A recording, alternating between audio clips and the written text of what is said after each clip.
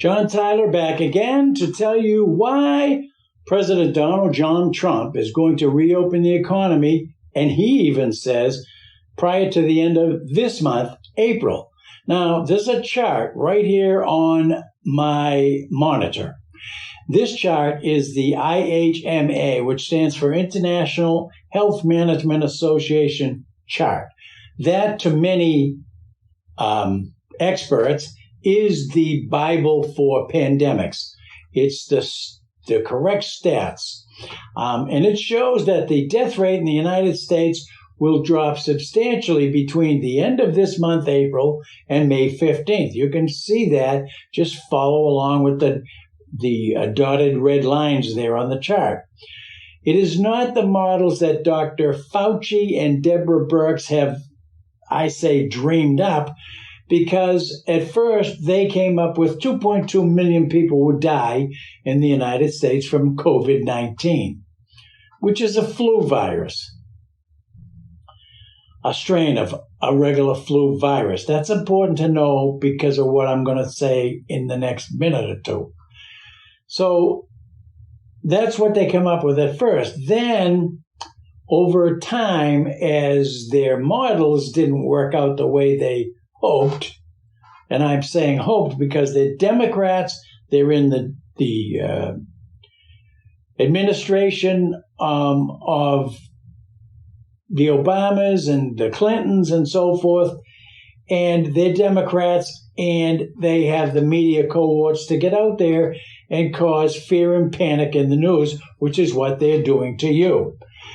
So that didn't work out, their first model. So then they said, well, between 100,000, this is substantially less than 2.2 million, between 100,000 and 250,000 people will die in the United States from COVID-19.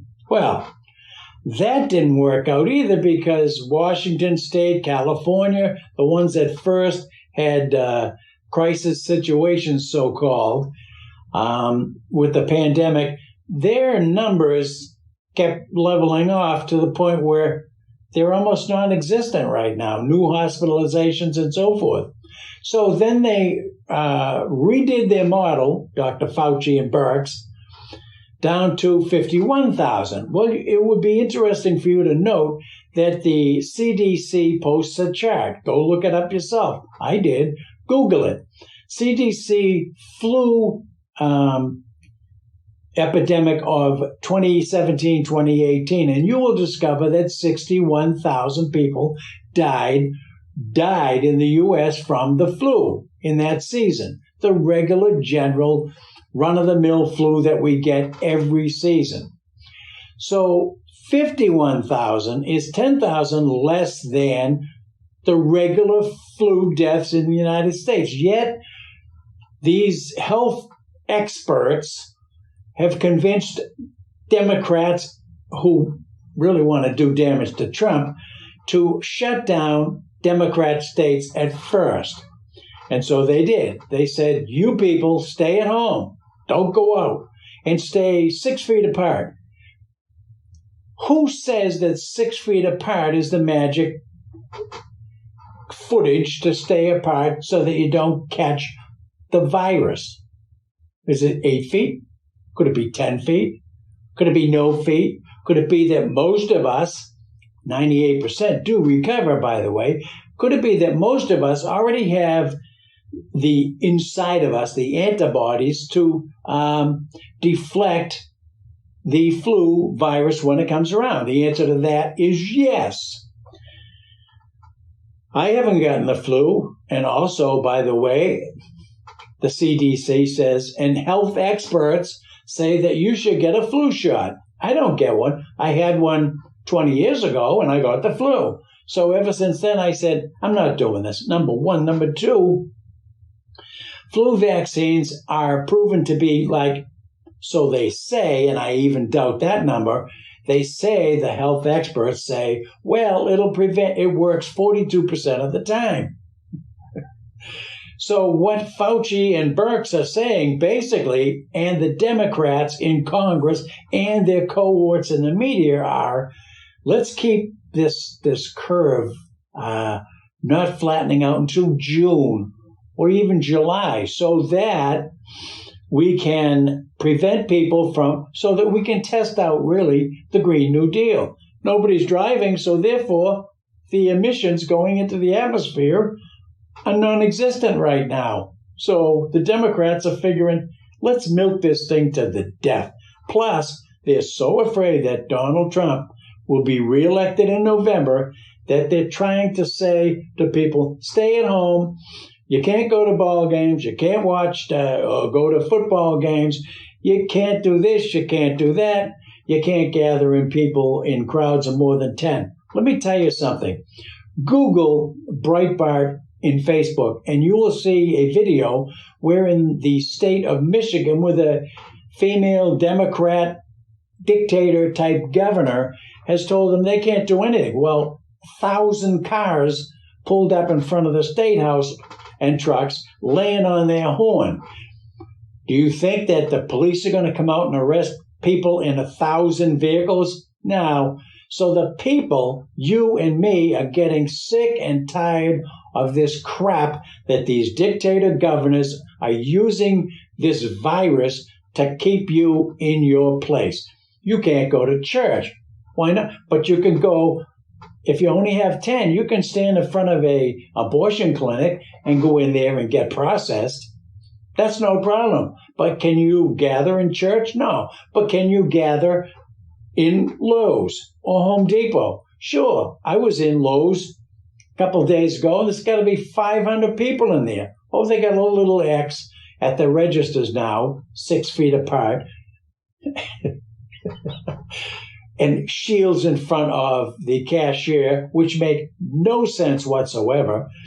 I say to the cashiers, I can still see you through that. In fact, I'm talking to them. They're breathing on me. I'm breathing on them, because you have to go over to the right and give them your information, your credit card, whatever, and then they give you the goods. I went to Kentucky Fried Chicken. I used to go inside, sit down, and enjoy a meal. And we'll be able to do that again in about 20 states by the end of this month. So hold on. But I went to Kentucky Fried Chicken yesterday. And what happened was I had to get in the line, of course. Then I made my order, and I pulled up to the window, and there's a girl behind the counter there wearing gloves, plastic, whatever, see-through gloves. And she took my order, and she first took my credit card. So she touched my credit card with her gloves. And, of course, I had to hand it to her, and then she gave me my card back using the same gloves. Could I catch a virus off those gloves? Of course I could. And then when she brought my meal out, I laughed. I had to laugh, not at her, but with her. She thought it was ridiculous too, but she handed me my meal inside of a plastic bag. So, are you saying that the plastic bag that she handed me with the same gloves that she used for the last 50 people that drove up to credit card exchanges and so forth, are you saying that there's no virus on those bags? Board of Health says there is, or could be. You have an immune system that keeps you from getting the flu. That's why in regular flu epidemic seasons, 61,000 people out of 357 million people die.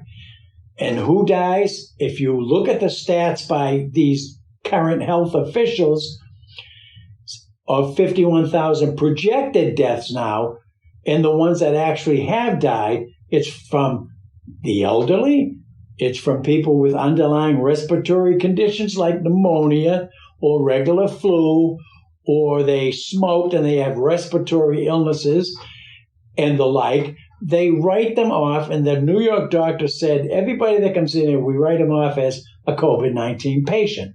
They do that because they get federal funding when that happens. Did you know that? For the ventilators, why they want ventilators? Hospitals make money.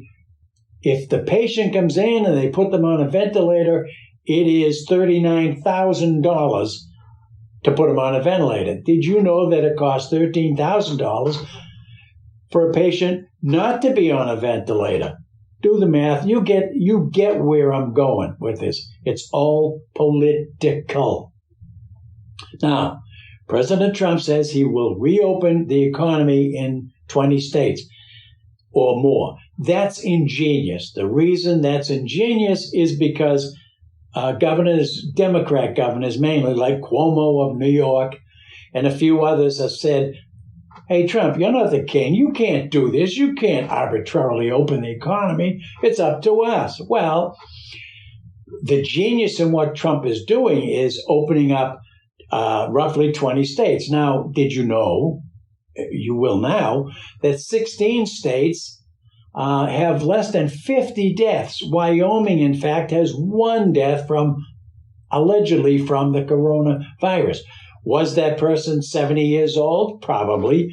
Did they have underlying respiratory problems that they would have died had they not experienced this additional flu? Probably.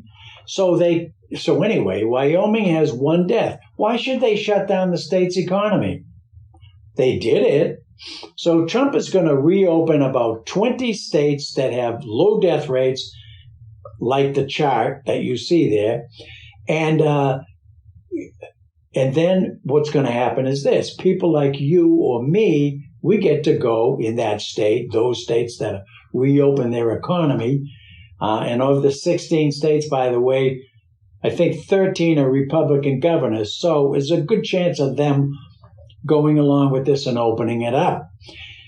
And then the media, maybe not, you never know what their ulterior motives are, but some media will be going there to those states and looking in the restaurants and seeing people like you and me back in restaurants, enjoying, laughing, having fun, ordering dinners and all that kind of stuff. They'll be in KFC restaurants and McDonald's that are open for business. They'll be back in the jewelry stores. They'll be back in the malls that governors have closed down. And life will go on like normal. So the people in the opposing states that want to drag this thing out, those governors, they're all up for re-election, or most of them. What would you do? You're a Democrat governor in a state next to a state that has already opened up their businesses, and nobody's dropping dead in the middle of the street. And they're going to be cautious about people in nursing homes. They're not going to go into a restaurant, right? People over 65 are going to be, if they have symptoms of a flu, they're going to self-isolate anyway. I would too. And in the future, people that come down with the flu, they're going to self-isolate. I just know that they're going to do that out of respect for not spreading that to other people. So anyway, that's what Trump is going to do, and that's why he's doing this on a slow rollout. If Wyoming, for example, they all of a sudden have 15 coronavirus exposures, you can cut that back. But Trump knows that that's not going to happen. It's going to be a very exciting time. It's going to be back to normal, and people will be back to doing business as usual. With that, I'll see you later. Thank you for stopping by. I appreciate that. See you next time with some other news.